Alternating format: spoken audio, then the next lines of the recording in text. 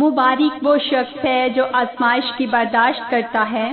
کیونکہ جب مقبول ٹھہرا تو زندگی کا تاج حاصل کرے گا جس کا خداوند نے اپنے محبت کرنے والوں سے وعدہ کیا ہے۔ یس ہاللویا! کیا ہم آزمائش کی برداشت کر سکتے ہیں؟ تو ہم سب کہیں گے کہ نہیں، کیونکہ مبارک وہ شخص ہے جو آزمائش کی برداشت کرتا ہے، اور مبارک وہی ہوتا ہے جس پر خدا کا فضل ہوتا ہے۔ ہم اس وقت مبارک ہوتے ہیں جب خدا کا فضل ہم پر ہوتا ہے، کیونکہ ہم آزمائش کو برداشت نہیں کر سکتے ہیں خداوند کے فضل کے بغیر، کیونکہ کوئی آنکھ بھی آزمائش کے بعد ملنے والی برکتوں کو تب تک حاصل نہیں کر سکتی اور دیکھ بھی نہیں سکتی جب تک اس میں آسمانی روحانی سرما نہ لگا دیا جائے، کیونکہ جب ہم پر آزمائشیں آتی ہیں تو اکثر مصیبت، دکھ، درد کی ایسی ہوا چلاتی ہے کہ ہماری زندگیوں میں اس حد تک تیز ہوا چلتی ہے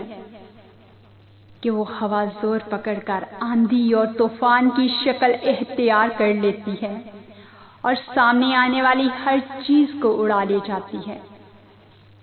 اور یہ آندھیاں، طوفان اس حد تک زور پکڑ لیتے ہیں کہ جو چیز ہم کو مضبوط اور پائیدار معلوم ہو رہی ہوتی ہے وہ بھی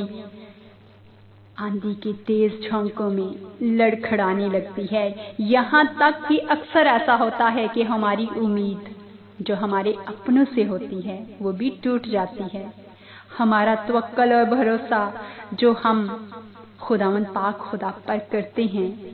وہ بھی ڈگمگانے لگتا ہے، اور کئی دفعہ ایسا ہوتا ہے کہ وہ گر جاتا ہے، مگر جب خدا کا فضل ہم پر ہوتا ہے تو ہم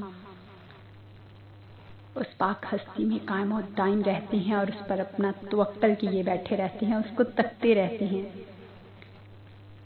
میرے عزیزو، جو بھی خدا کا بندہ ایسے حالاتوں میں بھی اپنے خداوند پر توکل کرتا رہتا ہے،